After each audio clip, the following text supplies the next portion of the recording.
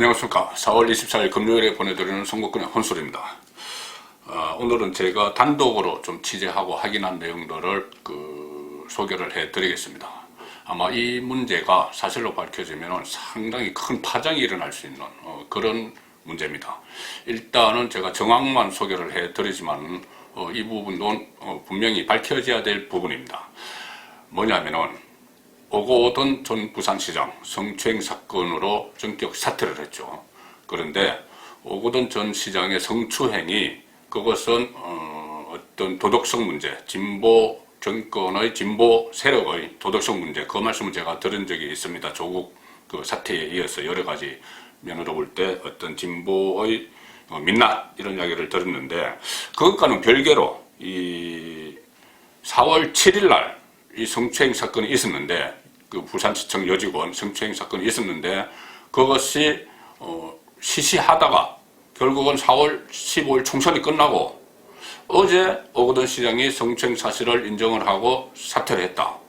그렇다면 만약에 이 성추행 사건이 총선 전에 알려졌으면은, 그리고 오거돈 시장이 사퇴를 했으면은, 그 피해 여성과 합의한 대로 했으면은 선거에 엄청난 영향을 미쳤겠죠.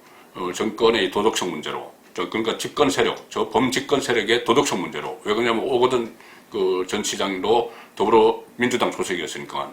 그런데 그것이 총선 전에는 아무런 그 발표 같은 것이 없다가 총선이 끝나고 여당의 압승으로 그 결론이 나고 나서 이것이 발표가 됐습니다. 그렇다면은 지금 나오는 뭐 거의 확인되는 이야기는 오거돈 시장 쪽, 그러니까 부산시에서 이 피해 여성에게 이 지금 총선 상황이니 사퇴를 하더라도 총선이 끝나고 하도록 하자. 그래서 그것을 반드시 사퇴한다는 것을 법적 그 근거를 남기기 위해서 공정까지 하겠다. 각서도 쓰고 공정까지 하겠다. 이렇게 했다는 것이죠. 그러니까 피해 여성 입장에서도 그래 어차피 사퇴한다는데 이 선거에 뭐 이렇게 괜히 뭐 어떤 정치적인 목적에 이용이 되면 안 되겠다 싶어서 그렇게 수용을 해서 그 총선 이후에 이런 발표가 나왔다는 겁니다. 그런데 제가 좀 취재하고 확인해 본 결과 꼭 그렇지만도 않다. 그러니까 지금까지 말씀드린 거는 오거돈 전 시장이 혼자 결정했다는 것이죠. 그 정무라인가, 부산시의 정무라인가에서 그쪽에서 이 선거가 다가오니까는 우리 좀 선거 끝나고 합시다 했다는 건데, 제가 지금 설명드리는 것을 들어보면 그것이 아닐 수도 있다. 조직적으로 개입을 했을 수가 있다. 범여건이 집권 세력에서. 더구나 청와대가 이것을 알았을 수도 있다. 그런 합리적 의심이 가능합니다. 자, 그것을 설명을 드리기 위해서 우선 부산일보 오늘자 4월 24일자 부산일보와 부산에는 두 개의 큰 신문이 있습니다. 부산일보 국제신문이 있는데 두 언론 모두 이 사건을 상당히 비중 있게 다뤘죠. 그리고 여러 가지 취재를 했습니다. 사회부에서 다 하나씩 취재를 했는데, 부산일보 기사 중에서 하나 눈길이 가는 것이 있습니다. 자, 오거돈 전 시장이 사퇴 시기를 총선 이후로 조율한 것도 문제지만 더 큰 문제는 청와대나 더불어민주당, 중앙당이 이를 인지하고 사퇴 시기 조율에 관여했느냐다. 이것은 제가 말씀드린 그 맥락이죠. 자, 부산시장이 갖는 정치적 위상을 감안할 때 오거돈 전 시장이 자신의 거취를 청와대, 여당과 협의했을 가능성을 배제할 수 없다. 이까지 나오고 지금 어떤 인물이 나옵니다. 지금부터는. 특히 피해 여성의 변호인이 여권의 핵심 인사이며, 이 피해 여성, 부산시청 피해 여성 변호인이 여권의 핵심 인사이며 사퇴 공정에도 관련된 것으로 알려져 이 내용이 청와대나 여권 주요 인사들에게 전달됐을 가능성도 적지 않다. 자, 그러니까 이 피해 여성의 변호인이 여권의 핵심 인물이고, 그렇기 때문에 여권에서 다 사람들을 알기 때문에 청와대나 민주당 중앙당에 미리 알려졌다. 그래서 이것이 당장 공개가 되면은 그 엄청난 역풍이 일어나니까 이것을 총선 이후로 발표를 미루고 늦추자. 이렇게 서로 그 개입을 했다. 이 의혹을 제기하는 것이죠. 자, 그런데 같은 부산 지역의 유력지 국제신문은 좀 더 자세히 나옵니다. 부산일보가 이야기했던 피해 여성의 변호인이 여권의 핵심 인사다. 이렇게 했는데 국제신문은 이름을 적설합니다. 정재성 변호사가 오거돈 시장 사퇴를 증명하는 공정서 작성에 관여했다는 이야기가 파다하게 퍼졌다. 그리고 정재성 변호사와 기자가 통화한 내용을 기사로 썼습니다.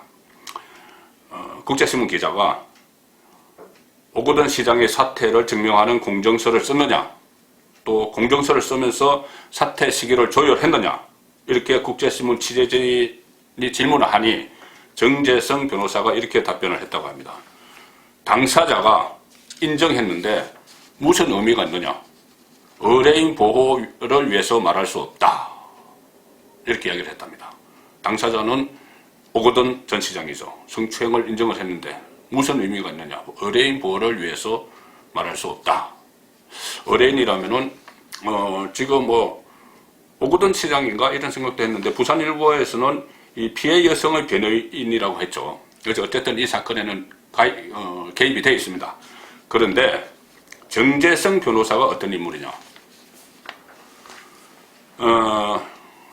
오거돈 전 시장이 6.13 지방선거, 2018년 6.13 지방선거에서 당선돼서 부산시장이 됐죠. 진보 정당 소속으로는 직선제 이후 처음이었습니다. 그런데 6.13 지방선거 2달여 전에 4월 2일 날 연합뉴스 기사를 읽어드리겠습니다. 뭐 다른 언론도 다 보도를 했지만은 2018년 4월 2일자에 이렇게 되어 있습니다. 부산 지역 친노 친문의 핵심 인사인 정재성 변호사가 6.13 지방선거 더불어민주당 오거돈 부산시장 예비후보 선거 캠프에 합류했다. 그 정재성 변호사가 오거돈 캠프에 합류를 했다는 것이죠. 정 변호사는 오 예비후보 선거대책위원회에서 인재영입위원장을 맡는다. 문재인 대통령의 복심으로 통하는 정 변호사의 합류로 오 예비후보 측은 경선에서 대세론을 더 굳힐 것으로 전망된다. 이렇게 이야기하고 정 변호사가 당시 뭐 선거에 대해서 어떤 의미를 붙임, 그러니까 부산 정치 권력 교체의 적임자는 오거돈이다, 뭐 이런 뭐 코멘트까지 달아서 보도를 했습니다. 자, 이 정재성 변호사 뭐 아실만한 분은 아십니다. 이 노무현 전 대통령의 조카 사위죠. 그리고 문재인 대통령과는 부산에 있는 법무법인 부산, 여기서 함께 일했습니다. 법무법인 부산 출신이 얼마 전에 또 그 요직에 발탁된 적도 있었죠. 노무현 전 대통령이 정계에 입문한 뒤 1990년에 이 정 변호사와 문재인 변호사가 법무법인 부산을 설립을 했습니다. 1995년에 설립을 했습니다. 그리고 이 정 변호사는 지난번 2017년 대선에서도 문재인 선대위 캠프에서 활동을 했습니다.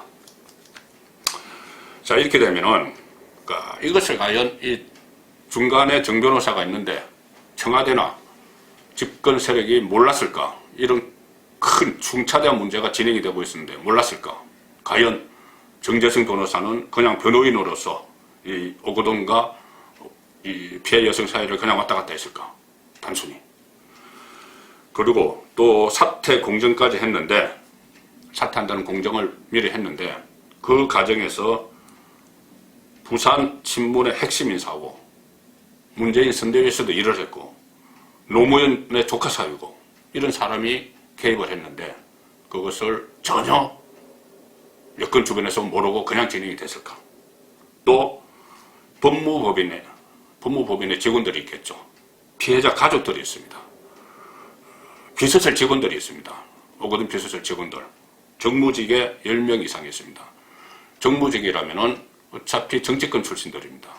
여당 출신들이죠. 민주당 출신들이죠. 이 사람이 10명 이상이 있었는데 또 그 부산시의 성폭력 상담소 직원들이 또 다 알고 있었는데 2주 가까이 서로 이 총선 이후에 하는 게 좋겠다고 하고 공정을 하고 했는데 전혀 이것이 밖으로 새나가지 않고 민주당도 전혀 모르고 있었고 청와대도 전혀 모르고 있었고 오거돈 전 시장이 사퇴 발표하기 직전에 알았다. 합리적으로 이해가 되지 않습니다. 그리고 또 하나, 이상 징후는 여러 군데서 나타났죠. 오거돈 전 시장이 그 선거를 앞두고 갑자기 외부 행사에 막 불참을 했습니다. 그리고 투표 전날 연가를 해서 시청에 출근하지 않았습니다. 투표가 내일인데 시장이 출근을 하지 않은 겁니다. 다 상황을 예의주시하고 챙겨야 되는데, 그리고 투표 당일날 비공개로 투표를 했습니다. 뭐 저희들 다 보지만은 시장이나 이렇게 투표를 하면은 지역 언론에서 다 사진을 찍고 하죠. 그런데 그거 안 하고 비공개로 살짝 투표를 했습니다. 그렇다면은 이 상당히 이상한 징후인데, 이것이 민주당에서 충분히 눈치를 챌 수 있는 이야기고, 특히나 청와대에서는 정보 라인이 있는데, 정보 라인인데 시장이 그런 이상한 행동을 하는데 전혀 모르고 있었다. 그래서 청와대 정보 라인이 알아서 혹시 민주당과 공유해서 민주당이 지금 뭐 활동을 자제하라고 또 요구하지 않았나, 이런 이야기까지 나오는 상황입니다. 그 다음에 또 하나 있습니다. 오거돈과 친문 핵심의 관계는 보통이 아닙니다. 그 문제가 됐었던 유재수 전 경제부시장, 부산시 경제부시장도 친문 핵심들이 오거돈에게 소개를 시켜서 발탁을 했습니다. 그리고 유재수 파문이 일어났을 때도 본인이 오거돈 시장이 혼자서 유재수의 거취를 결정하지 못한 그런 상황도 있었었죠. 그렇기 때문에 오거돈 전 시장이 이런 상황에 대해서 부산의 친문 핵심들과 상의를 했을 그럴 가능성은 충분히 있습니다. 그렇다면은 다 공유를 하고 이것을 그 이후에 총선 이후에 발표하는 걸로 미루자, 이렇게 했을 수가 있다는 것이죠. 또 하나, 이해찬 민주당 대표 총선 직전에 이렇게 이야기했습니다. 7일과 8일 날 계속 어떤 정치적 공작이 나올 것 같아. 야당에서 공작이 나올 것 같아. 그런 이야기를 계속했죠. 그래서 그것을 나중에 뭐 N번방 사건에 여권 인사가 연루된 것이냐 뭐 이렇게 했는데 허지부지 됐습니다. 그 이야기를 한 게 7일, 8일 뭐 알릴레오나 유시민의 알릴레오나 김호준 방송에서 나와서 이야기했는데, 그 사건이 일어난 게 7일이죠. 7일 오전입니다. 그러니까 그것을 다 알고 미리 예방 차원에서 혹시라도 터질지 모르니까 이것은 정치 공작이라고 몰고 가기 위해서 그런 이야기들을 미리 한 거 아닌가, 그런 정황까지 나오고 있습니다. 결국 이 상황이 사실로 확인되면 상당히 큰 파장이 일어납니다. 울산시장 선거 개입 의혹에 대한 수사도 끝나지 않았는데, 만약에 그것을 알고 입맞추기로 했다면 가장 당장 문제가 되는 것은 이런 거죠. 부산시의 정무라인 공무원들, 오거돈 전 시장이 데려갔겠죠. 정확히 이야기하면 오거돈 전 시장이 데려간 사람은 극소수고, 친문 쪽에서 현 집권 세력에서 많이 집어넣은 거죠. 그 부산시 어쨌든 공무원인데, 정무직 공무원인데, 그 공무원들이 이런 상황, 총선이 어떻고 하면서 상황을 거론하면서 피해 여성 쪽과 협상을 했다면 선거법 위반입니다. 공직선거법 위반이 되는 것이죠. 공무원의 선거 개입하면 안 됩니다. 그런데 그것을 했다면 선거법 위반이 되는 것이고, 이것이 더 확산되면 또 다른 쪽에서 선거와 연계돼서 이런저런 활동을 했다면 큰 문제가 될 수도 있습니다. 그냥 넘어갈 상황이 아니죠.